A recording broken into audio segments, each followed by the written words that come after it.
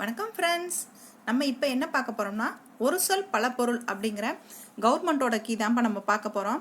இது நமக்கு இந்த வருஷம் சிலபஸில் இருக்குது. ஒரு சொல் பல பொருள், அதாவது ஒரு சொல்லை கொடுத்துட்டு அதுக்கு பல பொருள் என்னென்ன அப்படின்னு சொல்லி மிஸ்மேட்ச் மாதிரி நம்மகிட்ட கேட்டுருவாங்க. இதை அட்டன் பண்ணணும் அப்படின்னா இது நம்ம புக்கில் இருந்தது போக இந்த மாதிரி நம்ம கவர்மெண்ட் சோர்ஸ் கொஞ்சம் படித்தோம்னா போதும். நிறைய நீங்கள் தேடி தேடி படிக்க வேணாம். கவர்மெண்ட் சோர்ஸ் என்ன கொடுத்துருக்காங்களோ அதில் ஒரு 2 பக்கம் தான்ப்பா கொடுத்துருப்பாங்க. அதில் ஒரு 25 வார்த்தை அவ்வளோதான் வரும். இதை நம்ம எளிமையாக தெரிஞ்சுக்கிட்டோன்னா இதை நீங்கள் மனப்பாடம் பண்ணணும்னு அவசியம் இல்லை. இதை பார்த்தாலே உங்களுக்கு புரிஞ்சிடும். அந்த ஒரு சொல்லை சார்ந்து தான் மிச்சம் வர்ற பல பொருளுமே வரும். அப்படிங்கிற நம்ம இதை கஷ்டப்பட்டு படிக்கணும்னு இருக்காது.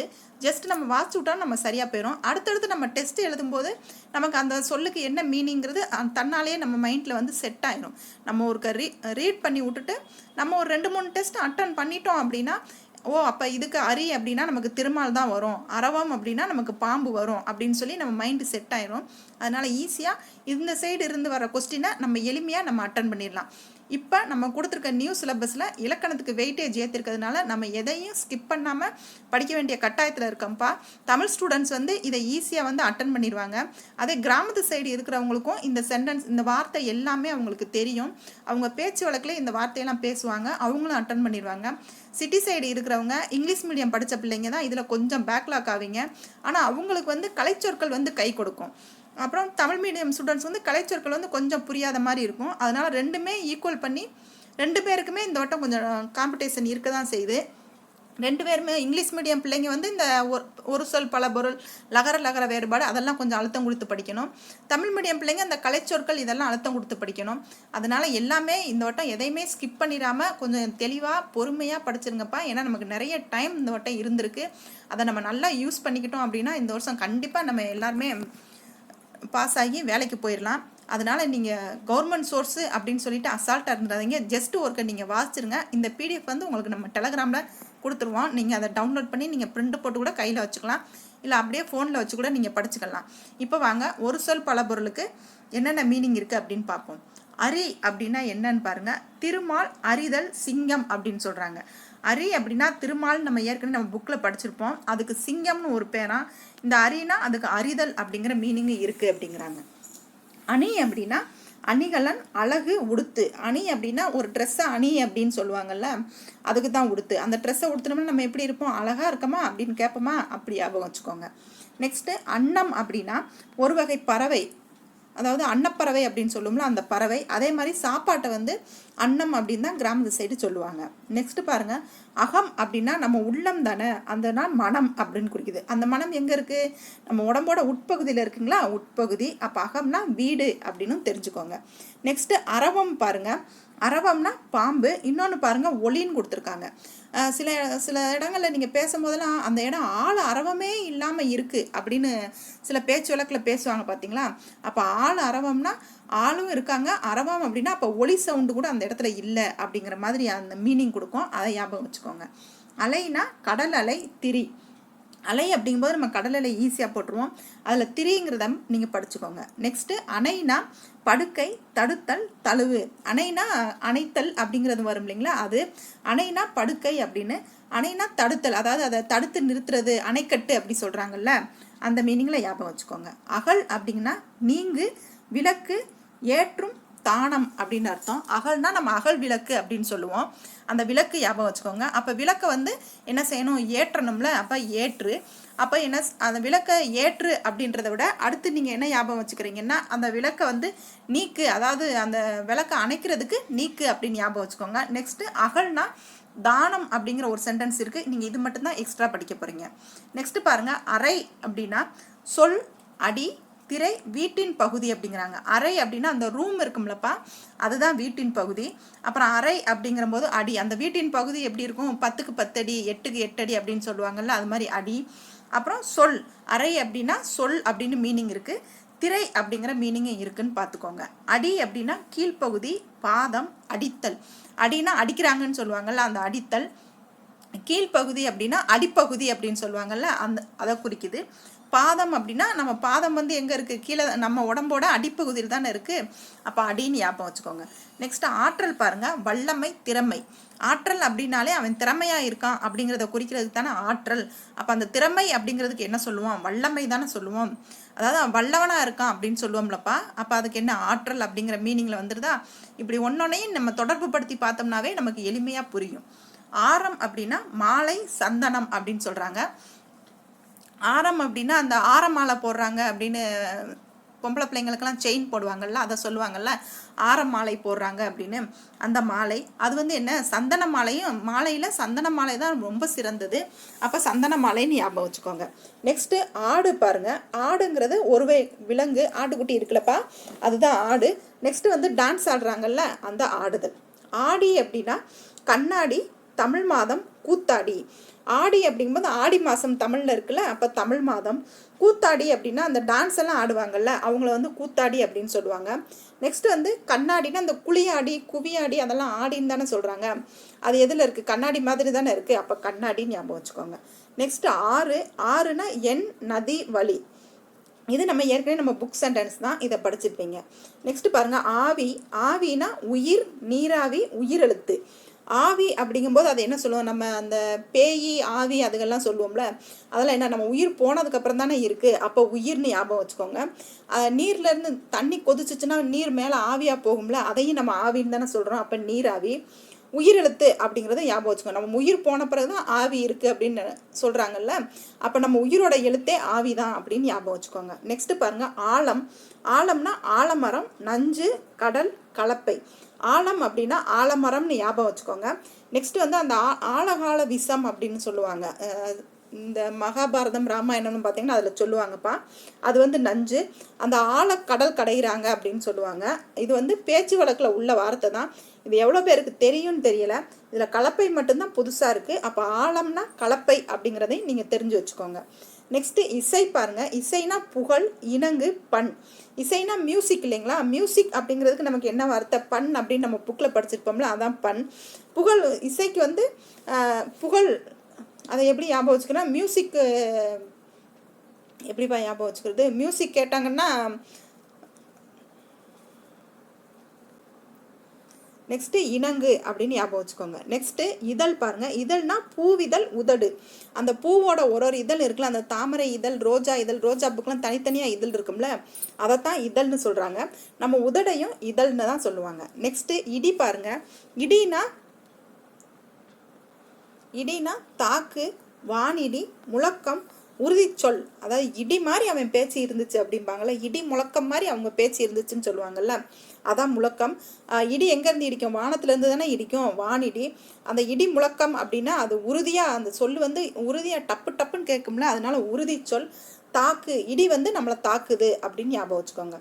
நெக்ஸ்ட்டு இறை. இறைனா கடவுள், நீர் இறைத்தல். இறைனா இறைவனை குறிக்கும். நெக்ஸ்ட் வந்து இந்த நீரை இறைச்சி வயலுக்கெல்லாம் பாய்ச்சுவாங்கல்ல, அதுதான் நீர் இறைத்தல். சின்ன ரா வந்துச்சு. இறை அப்படின்னா ஒளிசை, உணவு. அந்த இறையை வந்து மான் வந்து இறையை பிடிக்குது, புலி இறையை பிடிச்சிச்சு அப்படின்னு சொல்லுவாங்கல்ல, அப்போ அந்த இறை என்னது, அந்த இறையை பிடிச்சிச்சுன்னா என்ன பிடிக்கிறாங்க, அந்த உணவை தானே பிடிச்சிருக்கு, அந்த உணவு. நெக்ஸ்ட் வந்து இந்த ஒளிசை அப்படிங்கிறது மட்டும் இதில் நீங்கள் புதுசாக படிக்க வேண்டியதாக இருக்கும். நெக்ஸ்ட் பாருங்கள், ஈ அப்படின்னா கொடு, பறவை, இரத்தல், அழிவு. ஈ அப்படின்னா ஈகை அப்படிங்கிற பண்பை குறிக்கும் இந்த இடத்துல, அதைத்தான் கொடு அப்படின்னு சொல்லியிருக்காங்க. ஈங்கிறது நம்ம வீட்டிலலாம் ஈ இருக்கு இல்லைங்களா, அந்த பறவை. அப்புறம் கொடு அப்படின்னா வந்து அவங்ககிட்ட வந்து நம்ம கேட்குறது தானே, அதாவது இறங்கி போய் கேட்குறது, இரத்தல். ஈனா அழிவுன்னு ஒரு சென்டென்ஸ் இருக்குது, அதையும் பார்த்துக்கோங்க. நெக்ஸ்ட் பாருங்கள், உரம். உரம்னா எரு, ஞானம், மதில், வலிமை.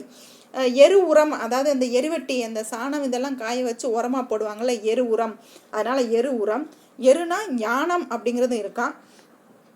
அந்த சாணமெல்லாம், அந்த எருவெட்டிலாம் எப்படி ரெடி பண்ணுவாங்க தெரியுமில்லப்பா, அந்த சாணத்தெல்லாம் ரவுண்டாக தட்டி சோத்து மேலே காய வச்சு தானே ரெடி பண்ணுவாங்க. அப்போ உரம் தயாரிக்கன்னா அதுக்கு என்ன, மதில்னு ஞாபகம் வச்சுக்கோங்க. உரம் அப்படின்னா வலிமை. அவன் நெஞ்சுரம் மிக்கவன் அப்படின்னு சொல்லி சில இடத்துலலாம் நீங்கள் பேசி கேள்விப்பட்டிருப்பீங்கன்னு நினைக்கிறேன். நெஞ்சுரம் மிக்கவன்னா அவன் வலிமையானவன் அப்படின்னு அர்த்தம். நெக்ஸ்ட் பாருங்கள், உடு. உடுனா உடுத்து, விண்மீன், ஓடக்கோள், அகலி. உடுனா உடுத்து, அதாவது ட்ரெஸ்ஸை உடுத்து அப்படின்னு சொல்கிறாங்க. நெக்ஸ்ட்டு உடுனா ஓடக்கோல் அப்படின்னு சொல்கிறாங்க. அகலி அப்படிங்கிறதும் உடுன்னு தான் சொல்கிறாங்க. இது 4மே புது சென்டென்ஸாக இருக்குது, பார்த்துக்கோங்க. உடுன்னு ஓடிடுவான் அப்படின்னு ஞாபகம் வச்சுக்கோங்க. நெக்ஸ்ட்டு உரைனா சொல் தேய். உரைனா நம்ம உரையாடல் அப்படின்னு சொல்கிறாங்கல்ல அந்த சொல். நெக்ஸ்ட்டு வந்து தேய், உரைனா அந்த உரசுறாங்கல்லப்பா அந்ததையும் ஞாபகம் வச்சுக்கோங்க. உரை அப்படின்னா மேலுரை வசி. அந்த தலகாணி பெட்டு அதுக்கெல்லாம் உரப்போடுங்க அப்படிங்கிறாங்கல்ல அந்த உரை மேலுரை. ராரா வித்தியாசம் பார்த்துக்கோங்கப்பா, ரொம்ப முக்கியம். ஏன்னா இந்த ரகர வேறுபாடில் கேட்டு வச்சுருவாங்க. நீங்கள் ராரா வித்தியாசம் பார்த்துக்கோங்க. உரைனா எந்த சொல்லுதலுக்கு என்ன ரை வருது, மேலுரைக்கு எந்த ரை வருது அப்படின்னு கவனமாக பார்த்துருங்க. நெக்ஸ்ட்டு உரை தான் வசி. வசினா மழை அப்படின்னு ஒரு அர்த்தம் இருக்குது. மழை பெஞ்சிச்சுன்னா நம்ம சில்லுன்னு உறைஞ்சு போயிடுவோம்ல, அதனால் உரைன்னு ஞாபகம் வச்சுக்கோங்க. உடுக்கைனா ஆடை, ஒருவித இசைக்கருவி. உடுக்கை அப்படின்னா உடுக்கை இழந்தவன் கை போல அப்படின்னு திருக்குறள் இருக்குல்ல, அப்போ அது என்ன உடுக்கைன்னு அந்த இடத்துல நம்ம ஆடைன்னு படிச்சிருப்போம். ஒருவித இசைக்கருவி வந்து உடுக்கை அந்த இதுலலாம் அடிப்பாங்கல்லப்பா கோயிலெல்லாம், அந்த இதுதான் ஞாபகம் வச்சுக்கோங்க. நெக்ஸ்ட்டு ஊதை அப்படின்னா பருத்தல், ஊதுகருவி, குளிர்காற்று. ஊதக்காற்று அடிக்குது அப்படின்னு சொல்லுவாங்கள்ல, நம்ம புவியியலில் கூட படிச்சிருப்போம்.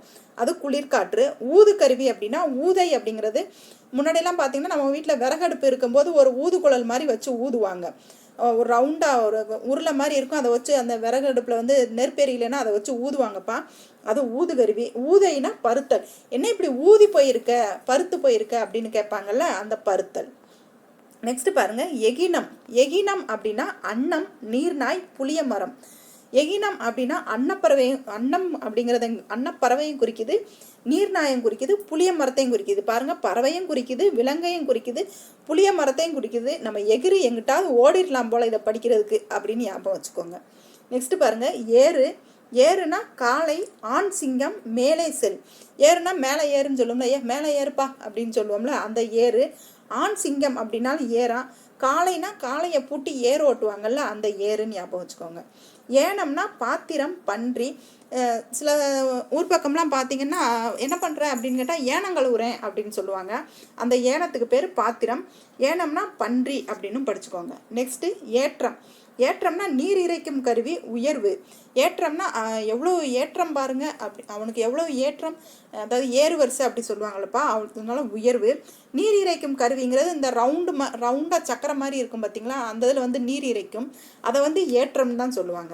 விவசாய நிலத்துலலாம் நீங்கள் பார்த்துருக்கலாம். நெக்ஸ்ட் பாருங்க ஐயம் அப்படின்னா சந்தேகம், பிச்சை. ஐயம்னா நம்ம மனசுக்கு ஒரு ஐயம் வருது அப்படின்னு சொல்லுவோம்ல, அது சந்தேகம். ஐயம்னா பிச்சையும் ஐயம் தான் சொல்கிறாங்க. நெக்ஸ்ட்டு ஓதி அப்படின்னா கூந்தல், ஓதுபவன், ஓந்தி. அதான் ஓதி, அவன் காதில் போய் ஓதிட்டு வந்துட்டியா அப்படின்னு சொல்லுவோம்ல, அதான் ஓதுபவன். கூந்தல் அப்படிங்கிறது, கூந்தல் வந்து காதோரமாக தானே இருக்குது, கூந்தலை ஒதுக்கி அவன் ஓதிட்டு வந்துட்டான் அப்படின்னு ஞாபகம் வச்சுக்கோங்க. நெக்ஸ்ட்டு கலை. கலைனா ஆடை, கல்வி, கலைத்தல்.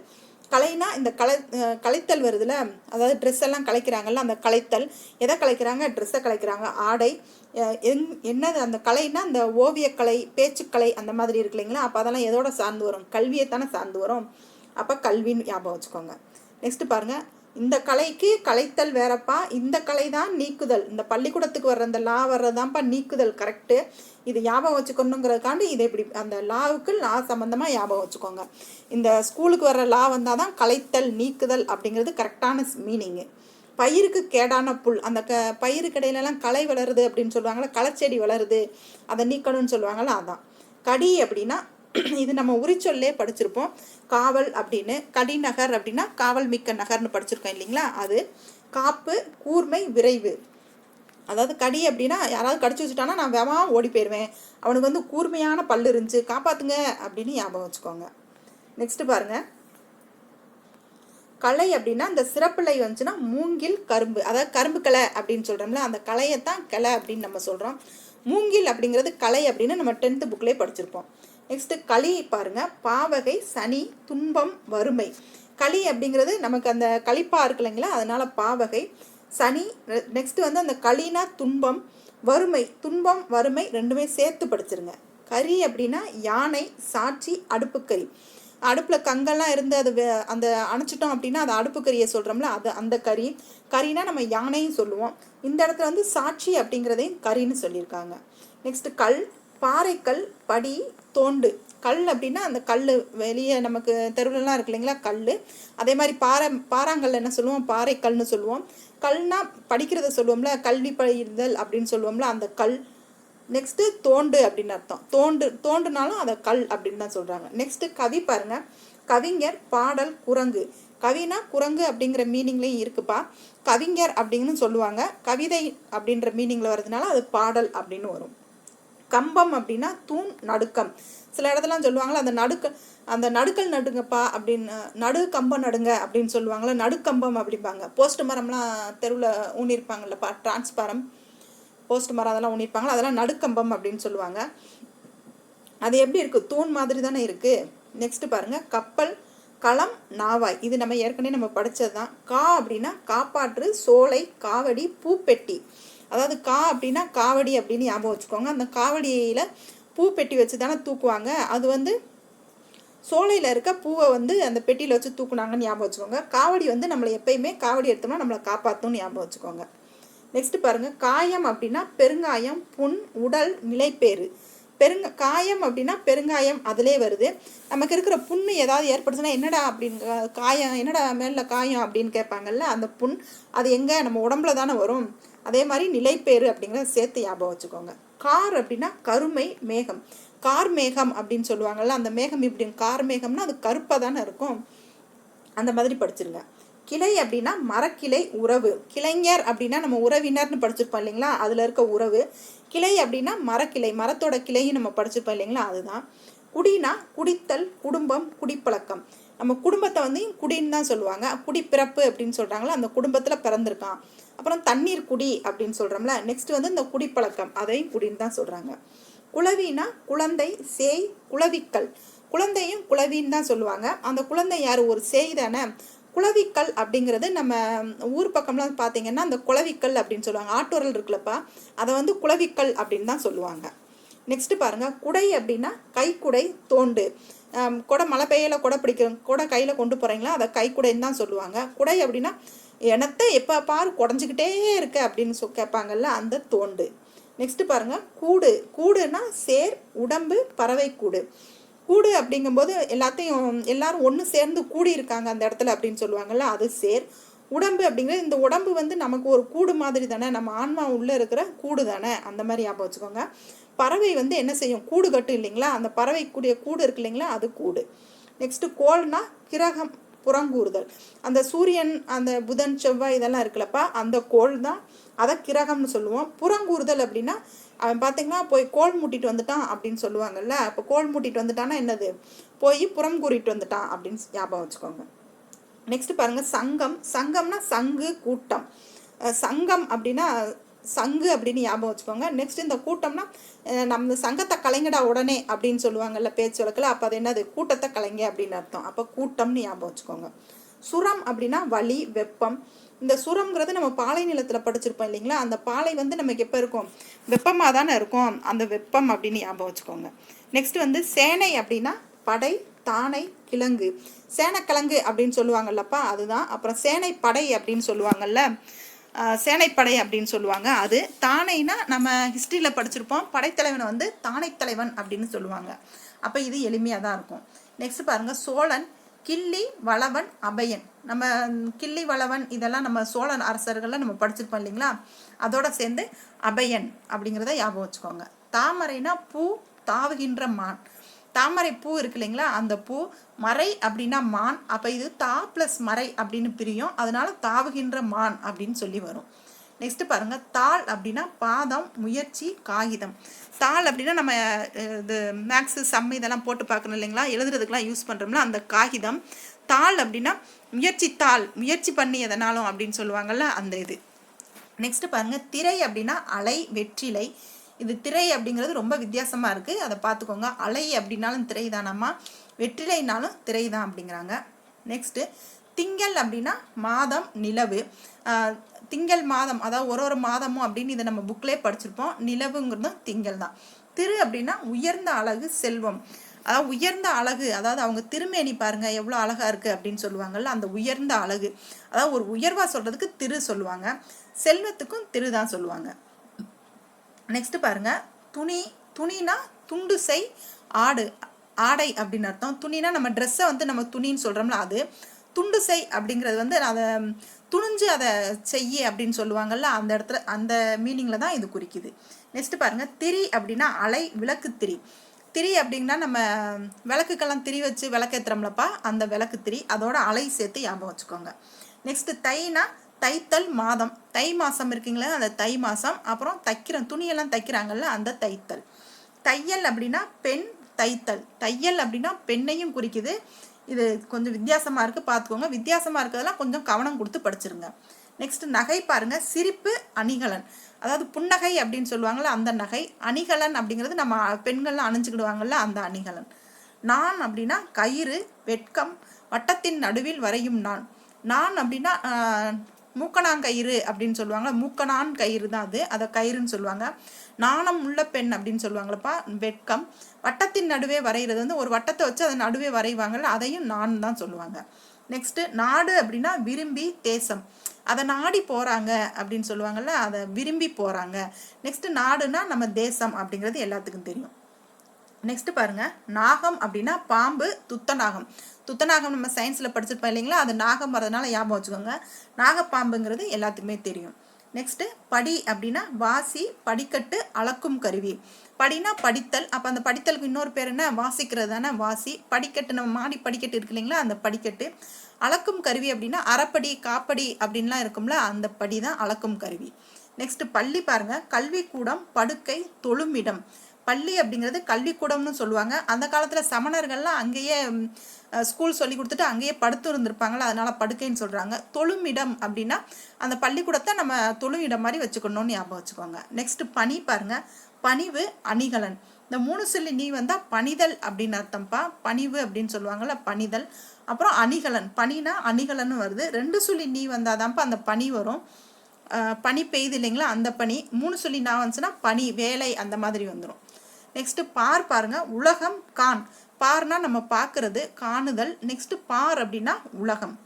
புயல் அப்படின்னா மேகம், பெருங்காற்று. புயல் அப்படி வந்துச்சுன்னா புயல் வந்துருச்சு அப்படின்னு சொல்கிறாங்கல்ல, அப்போ அது என்னது, பெரிய காற்று தானே, பெருங்காற்று. அது எங்கேருந்து வருது, மேகத்துலேருந்து வருதுன்னு ஞாபகம் வச்சுக்கோங்க. பிழை அப்படின்னா தவறு, உயிர்ப்பித்தல். உயிர் தப்பிச்சிரு அப்படின்னு சொல்லுவாங்களா, பிழைச்சு போ அப்படின்னு சொல்லுவாங்களா, அது நமக்கு உயிர் தப்பித்தல். தவறு அப்படின்னா இது பிழையா எழுதிட்டீங்க அப்படின்னு சொல்லுவாங்கல்ல, அந்த தவறு தான்ப்பா. நெக்ஸ்ட் பாருங்க, பிடி அப்படின்னா பெண் யானை, பிடித்து கொள்ளுதல். அவனை பிடி அப்படின்னு சொல்கிறாங்க, அதான் ஓடுறான் பாரு அவனை பிடி அப்படின்னு சொல்கிறோம்லப்பா, அந்த பிடித்து கொள்ளுதல். பிடினா பெண் யானை, நம்ம புக்கில் படிச்சிருக்கோம். மதி அப்படின்னா அறிவு, நிலா. மதி அப்படின்னா நிலவுன்னு சொல்லுவோம், மதி அப்படின்னா அறிவுன்னு நம்ம புக்கில் படிச்சிருக்கோம். மடினா சோம்பல், இர, அதாவது நீ செத்துப்போ, நீ மடிஞ்சு போ அப்படின்னு சொல்கிறாங்கல்ல, அந்த தான் இர. மடினா சோம்பல் அப்படிங்கிறது நம்ம புக்கில் படிச்சிருக்கு. நெக்ஸ்ட் பாருங்க, மரம் அப்படின்னா வீரம், பாவம். மரம் அப்படின்னா வீரம், இந்த மரம் அப்படின்னா பாவம்ங்கிற மீனிங்லேயும் வருது. மனம்னா திருமணம், கலத்தல். 2 குடும்பம் வந்து உறவு முறையாக கலந்துக்கிறாங்கல்ல, அதனால கலத்தல்னு ஞாபகம் வச்சுக்கோங்க. திருமணம். மானா பெரிய, விலங்கு, மாமரம். மாலைனா பொழுது, தார். மாலை, தார்னா மாலை, நம்ம கழுத்தில் சூடுவோம் இல்லைங்களா, அது மாலை தான். பொழுதுனா மாலை பொழுது. மாசு அப்படின்னா குற்றம், தீது. மாசு அப்படின்னா குற்றம், தீது நம்ம புக்கில் இருக்குல்லப்பா. முடினா தலை, செய்து முடி, கட்டு. நம்ம தலையில் இருக்கிறதுக்கு பேர் என்னது, அதுக்கும் முடி தான். ஒரு செயலை வந்து செஞ்சு முடி அப்படின்னு சொல்கிறாங்களா, அதுவும் முடி தான். முடிக்கட்டு, அதாவது ஒரு கட்டு மாதிரி முடிச்சு வச்சு 10 ரூபாய் 20 ரூபான்னு சந்தையில் விற்பாங்கல்ல கட்டு. ஒரு கட்டு எவ்வளவு அப்படின்னு கேட்பாங்க. சில இடத்துல ஒரு முடி எவ்வளவு அப்படின்னு கேட்பாங்க, அது கட்டு. நெக்ஸ்ட் பாருங்க, மெய் அப்படின்னா உண்மை, உடம்பு. நம்மளோட உடம்பை வந்து மெய்ன்னு தான் சொல்லுவாங்க. நம்ம உண்மையாக பேசுகிறோம் இல்லைங்களா, உண்மை பேசுனா அதை மெய் அப்படின்னு தான் சொல்லுவாங்க. நெக்ஸ்ட் பாருங்க, வரை அப்படின்னா மலை, தீட்டு, எல்லை. வரை அப்படிங்கிறது அந்த மலையும் குறிக்குமா. வரை அப்படின்னா தீட்டு, எல்லை அப்படின்னா இது வரைக்கும் இது ஏன் எல்லை, இதுக்கப்புறம் அது ஓ எல்லை, இந்த கோட்டை தாண்டி நீ வராத நானும் வரமாட்டேன்னு சொல்லுவோம்ல, அந்த எல்லை. நெக்ஸ்ட் பாருங்க, வலினா வலிமை, நோவு. வலிக்குது அப்படின்னு சொல்லுவோம்ல, அந்த நோவு, அதுக்கு பேர் இந்த வலி தான். வலிமைங்கிற மீனிங்கும் வருது. வாரணம்னா யானை, கோழி, கடல், சங்கு. வாரணம்னா நம்ம யானைன்னு தான் படிச்சிருப்போம். இந்த இடத்துல பாருங்க, கோழி, கடல், சங்கு, இந்த 3மே வந்து வாரணத்துக்கு தான் வருது. நெக்ஸ்ட் பாருங்க, விடைனா பதில், காலை. விடை அப்படின்னா ஒரு கேள்விக்கு வந்து நம்ம ஆன்சர் பண்றோம்ல, பதில் சொல்றோம்ல, அதுதான் விடை. காளை அப்படிங்கிறதும் விடைங்கிற மீனிங்கில் தான் வருது. நெக்ஸ்ட் பாருங்கள், வேங்கை அப்படின்னா புலி, வேங்கை மரம். வேங்கை மரம் அப்படின்னு சொல்லுவாங்கள்ல, வேங்கை மரம், அந்த மரத்துக்கு பேரே வேங்கை மரம் தான்ப்பா. வேங்கை மரம். வேங்கை அப்படின்னா புலி அப்படின்னு ஞாபகம். புலி அப்படிங்கிறது வேங்கை புலி அப்படிங்கிறது நமக்கு ஞாபகம் இருக்கும். சினிமா பாடல்லாம் இருக்கும்ப்பா வேங்கை அப்படின்னு சொல்லிட்டு, புலின்னு ஞாபகம் வச்சுக்கோங்க. வேலம் அப்படின்னா யானை, கரும்பு. வேலம், யானை வந்து கரும்பை திங்குது அப்படின்னு ஞாபகம் வச்சுக்கோங்க. வேலம்னா யானைன்னு நமக்கு தெரியும், ஏன்னா நம்ம சேரர்கள்லே படிச்சிருப்போம். நம்ம கேரள புத்திரருங்கிறவங்க அவங்க வந்து வேலமுடைத்து அப்படின்னு படிச்சிருப்போம் இல்லைங்களா. அப்போ யானை, கரும்பு அப்படிங்கிறத நீங்கள் ஞாபகம் வச்சுக்கோங்க. இதோட முடிஞ்சிச்சுப்பா. இது கவர்மெண்ட் சோர்ஸு. இதை படிக்கணும்னு கேட்டிங்கன்னா கண்டிப்பாக படிச்சு தான் ஆகணும். இதுலேருந்து ஒரு கொஸ்டின் கன்ஃபார்மாக வந்துடும்ப்பா. இதை நீங்கள் ஜஸ்ட் என்ன அப்படின்னு நீங்கள் வாசிச்சிருங்க, மனப்பாடம் பண்ண வேண்டாம். இது எல்லாமே நம்ம அன்றாட நம்ம பயன்படுத்துகிற வார்த்தை தான். இதுக்கு இதுதான் அப்படின்னு சொல்லிட்டு நமக்கு தெரியாதனால தான் இது ஒரே கன்ஃபியூஸாக இருக்கும். ஒரு 2 தடவை படிச்சுட்டிங்கன்னா நமக்கு எளிமையாக இருக்கும். இன்னும் அடுத்தடுத்து வர நம்ம டெஸ்ட்டில் இந்த கொஸ்டினை வந்து நம்ம இன்க்ளூட் பண்ணிக்கலாம். அப்போது உங்களுக்கு ரொம்ப எளிமையாக இருக்கும். சரிங்களா? வீடியோ பிடிச்சிருந்துச்சி அப்படின்னா சேனலை லைக் பண்ணுங்கள், சேனலை சப்ஸ்கிரைப் பண்ணுங்கள். டெஸ்ட் எழுதுனா டெலகிராமில் ஜாயின் பண்ணிக்கோங்க. தேங்க்யூ.